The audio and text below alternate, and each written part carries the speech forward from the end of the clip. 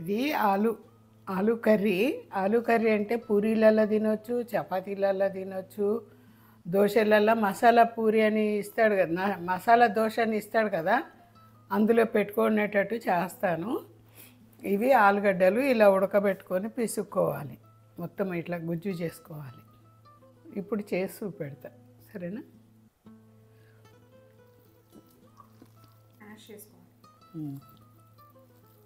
దీన్ని తాలింపు వేసుకోవాలి. ఒక 2 ఉల్లిపాయలు బాగా గోలినాక పచ్చిమిర్చి ఇవన్నీ వేసేసి తాలింపు వేసుకోవాలి. కారం వేయొద్దు, ఓన్లీ పచ్చిమిర్చి, ఉప్పు, కొంచెం పసుపు, శనగపప్పు. కడాయి పెట్టుకొని ఇట్లా నూనె పోసుకొని కొంచెం ఆవాలు, కొంచెం జీలకర్ర, కొంచెం శనగపప్పు, ఉల్లిపాయలు, పచ్చిమిర్చి. ఏది ఏగుతాయి, అన్నీ కలిపి ఏగాలి కదా, మళ్ళీ మాడిపోతాయి.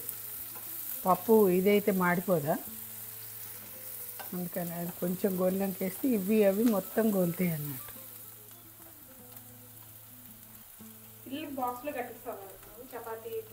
చపాతీ పూరీలలో అప్పుడప్పుడు తీస్తే కదా. కొంచెం పసుపు, సాల్ట్, ఉప్పు అది వేసేసి ఇది వేయాల.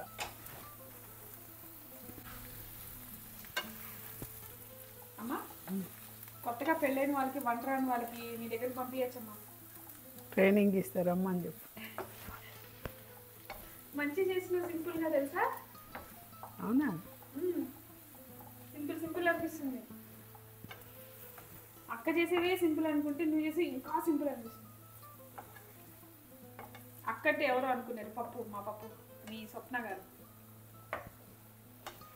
దీంట్లో ఇంకేం యాడ్ చేయాలమ్మా? ఇంకేం లేదు, ఇక ఇంతే. దీన్ని దోశ వేసి దోశలో ఇట్లా పెట్టి ఇట్లా తిప్పుకొని మసాలా దోశ అంటాడు. అయిపోయింది, బౌల్లోకి తీసుకుందాం.